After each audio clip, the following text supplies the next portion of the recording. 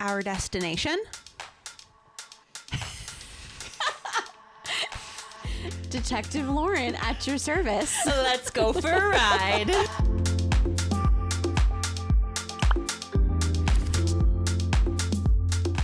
That is so cute. You guys are...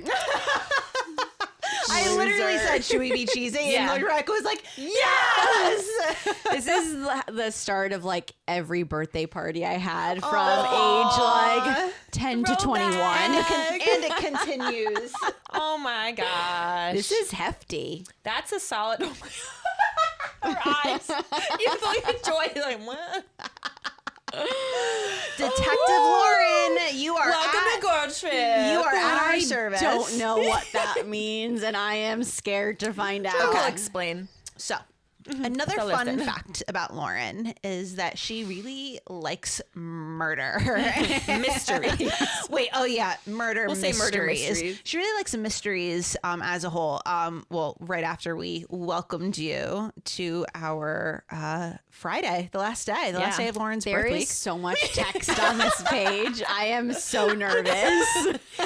So right before we welcomed you, Lauren just said, this detective, Lauren, this has been every birthday since she was like 10. Mm-hmm. This is just what she does, whether it's a scavenger hunt or a riddle run, whatever it is, like that's your my thing. thing. Mm-hmm. It's just your thing. Your parents knew it. Mm-hmm. You knew it. Everybody know. We know it. We know it now. The world knows it. On this bougie day, we just really wanted to put Lauren's detective skills to test. the test in front of God. everyone, the internet. To be clear, I like presenting the mysteries. I don't like Listen, being you put could on have- the spot. Too bad. Potentially have a moment of solve something them. here. I think this was super interesting way to see just how your brain works. Okay, and more importantly, can you see through Rebecca and I? Can you see through us?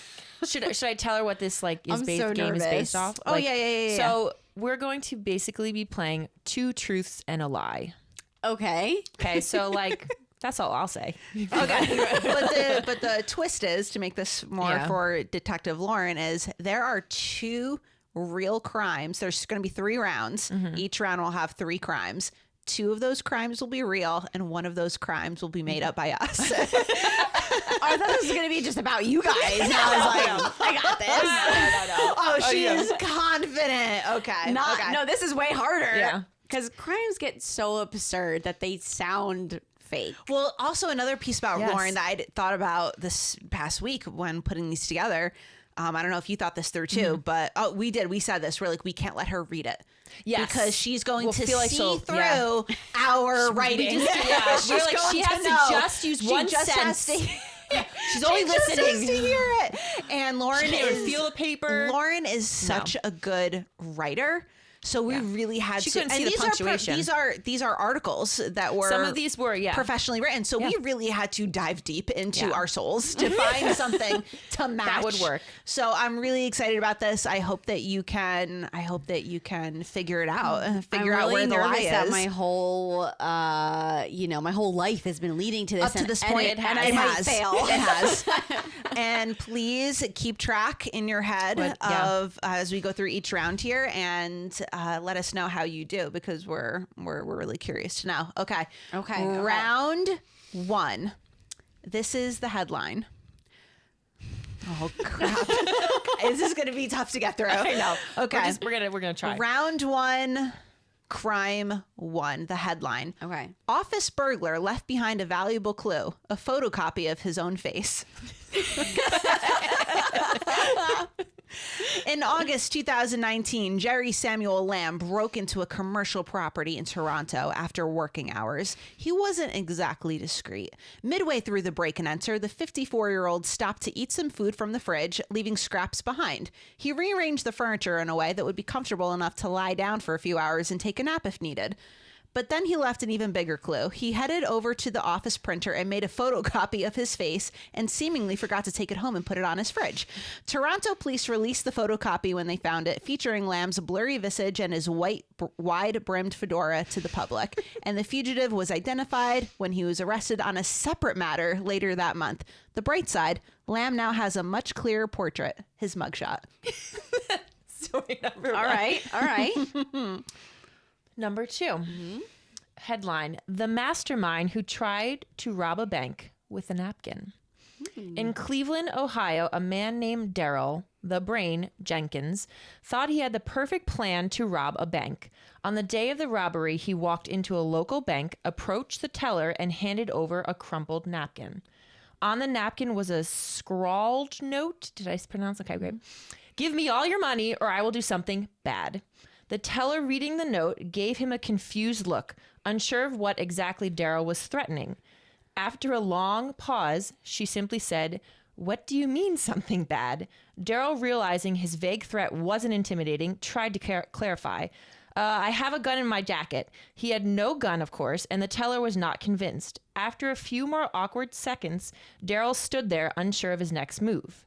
The silent alarm was already triggered, and security was on its way. As he shuffled toward the door, the teller calmly said, "I'm afraid we can't give you any money without a clearer note." Before Daryl could make it out of the door, the police arrived. He was arrested on the spot, and when asked why he didn't just write a better note or have a proper plan, Daryl responded, "I was going for the whole mysterious criminal vibe. Sue me." These people exist. That's the scary part. Which is scary.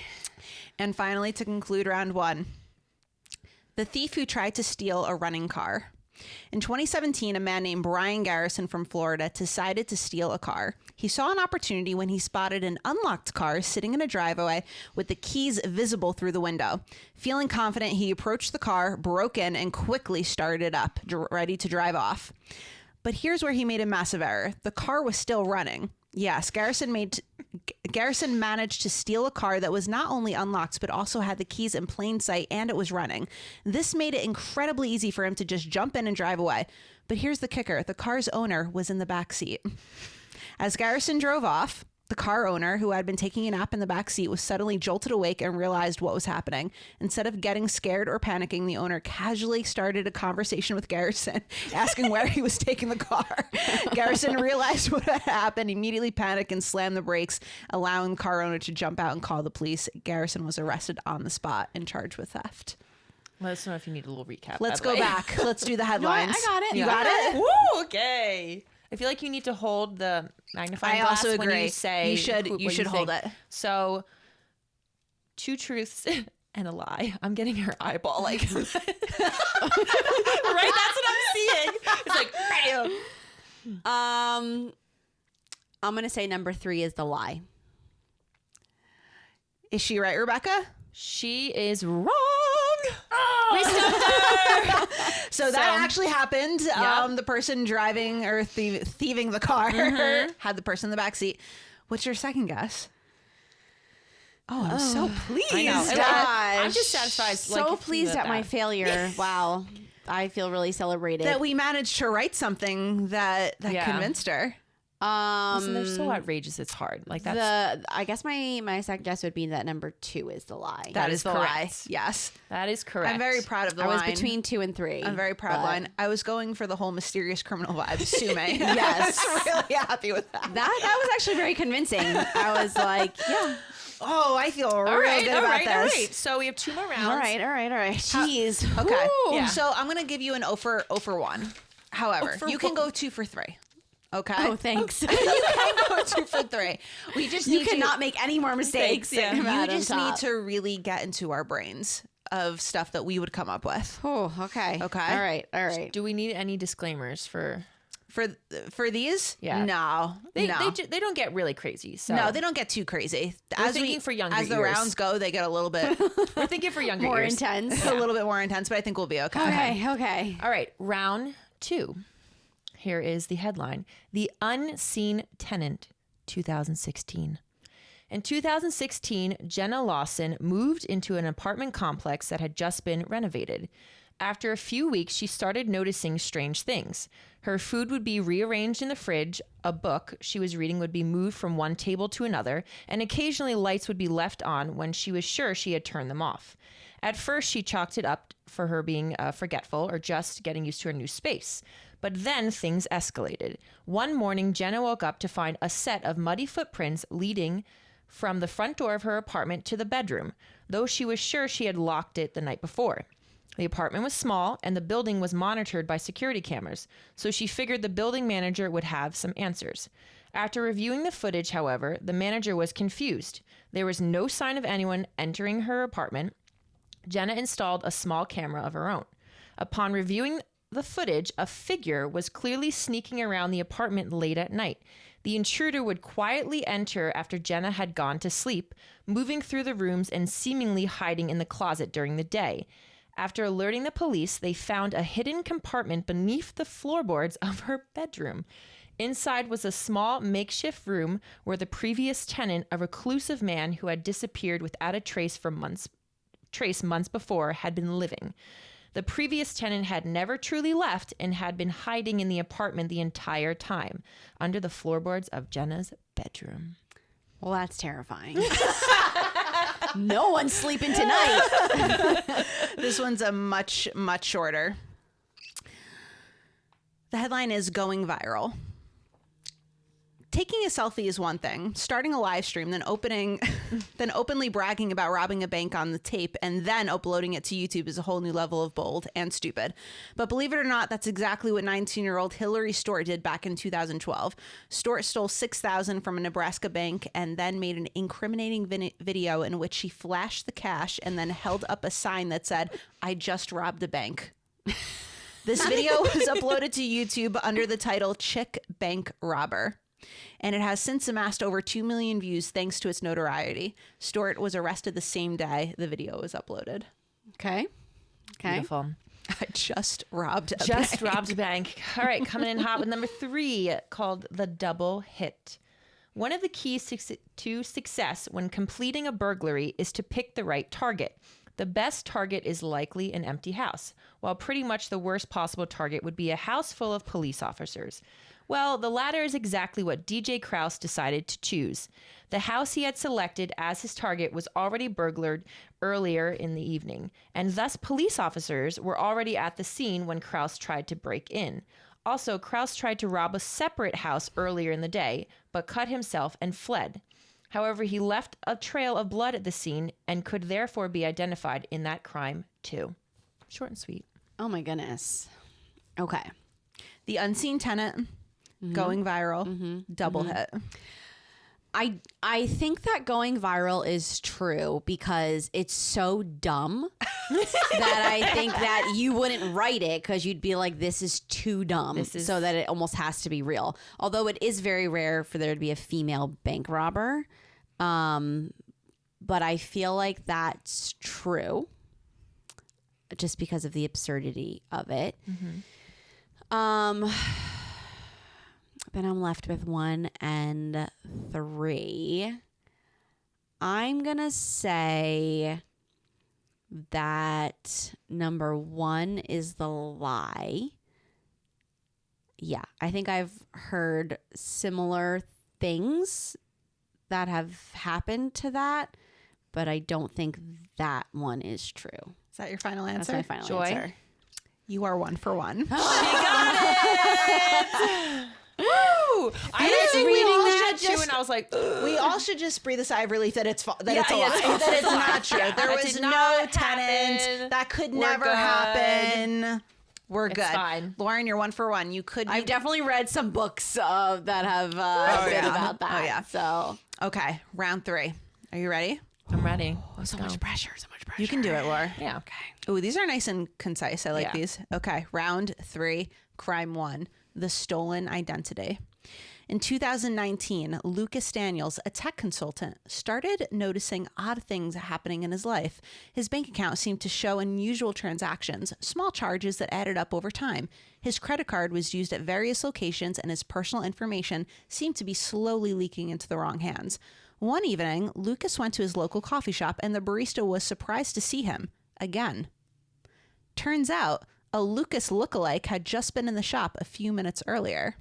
Upon further investigation, the man who had been stealing his identity was a distant relative, a cousin he had never met, who had undergone plastic surgery to look exactly like him. He had been following him for months, hoping to murder him and eventually take over his life. Gonna let that. What? We're gonna move on to Okay, I might need to come back to that one. the doorbell licker. Okay. I'm already going to say that's true. 33-year-old Roberto Danielson, perhaps more commonly known as the doorbell licker, Cynthia Thomas's decision to install a Ring doorbell camera into her front door yielded a pretty curious home video starring Danielson as he walked up to her house one afternoon and began to lick her doorbell for 3 whole hours. After the case went viral online, police quickly caught up with him. They pointed out that although the camera was fogged up and slimy, the quality of the footage eventually made him easy to identify. A motive for licking the doorbell was sadly never found. 3 hours. 3 whole hours. That's mind-boggling. Yep. Okay. Is it true or is it one of our sick brains? What is it? And finally, here we go. Crime number 3. Headline, automatic or manual? On a sunny day in March, Michael Riley, a 17-year-old boy in Omaha, Nebraska, decided to stick a gun in the face of a woman who was taking her son to school, demanding that she give him her car. She, of course, obliged, and the boy was about to take off when he realized the car had a manual transmission, which he was unable to drive. He tried to fumble around with the controls, but after moving the car only a matter of yards in a few minutes, he heard police sirens and decided to bolt on foot. He was eventually caught by authorities in a matter of minutes. That's probably the most embarrassing. I think that's more embarrassing than the trying to rob a bank with a napkin or uploading it to YouTube. I think it's less embarrassing than licking a doorbell for 3 hours. That's just grotesque. That's just gross. Okay, so I stand by. I think the doorbell licker is real because that is how bizarre people are. I'm gonna say that the first one is the lie. Can I get your process behind this? Mm-hmm. I just think that this is, what is it? Occam's razor, like the simplest explanation is usually the truth. And I think that people are that stupid, especially a 17-year-old trying to steal a car and it turns out to be manual. And I think when we try to create mysteries or crimes, we tend to feel that they need to be layered and complicated to be convincing, but most people are not that psychoanalyzing. Complicated. So I don't know. That there were just a lot of things in that first one of like identity and a cousin you didn't know about, and then wanting to have plastic surgery, and then murder. So yeah, that's what I'm going to go with. You are 2 for 3. 2 for 3. Excellent, Lauren. Listen, we might be making that movie though.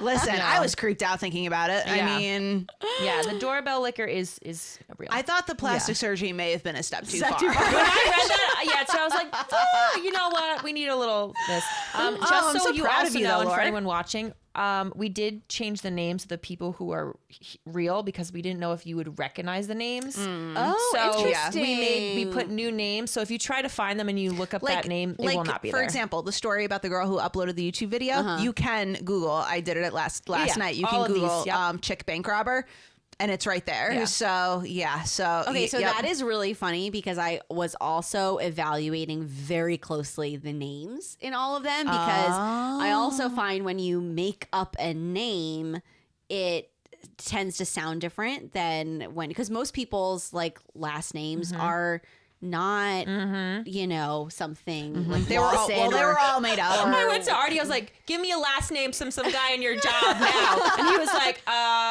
So that's how I got most. We of should mine. have told her in the beginning probably that names were changed to protect I the wasn't innocent. sure if that would be a I wasn't sure if I that was would be a definitely giveaway. weighing those very heavily. I'm like, that's not like a we name tried someone to would make up. we did try or- to layer it with details so you wouldn't know, so it wouldn't be like the real article has details in Like it, whereas I the made up story didn't. I so. kept their initials the same. So That was like good. DJ or forget what it was. Like I kept, if we started with a K or whatever, I'd keep it that. Well, but I just switched it. 2 out of 3, she beat the game. She did. Detective beat the Lauren game.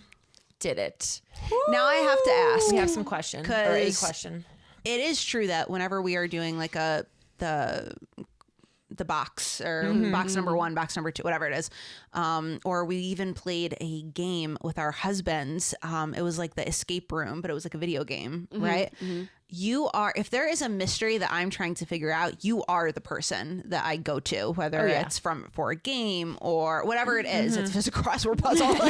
So what's Lauren is the person. She also knows like weird facts too. But I'm genuinely interested to know, is there a movie, a book, or a TV show that you've read or watched that at the end of it or throughout it, you were genuinely totally mystified and then shocked? Putting you on the spot, sorry. By the end. Yeah, it is kind of on the spot, but that is really tough. or vice versa, where you're like, this was such a really well-known story, like show. People were like, this is amazing. But like, you know it like the whole time. I feel like that is too difficult to answer for books because I've just read so many. So many.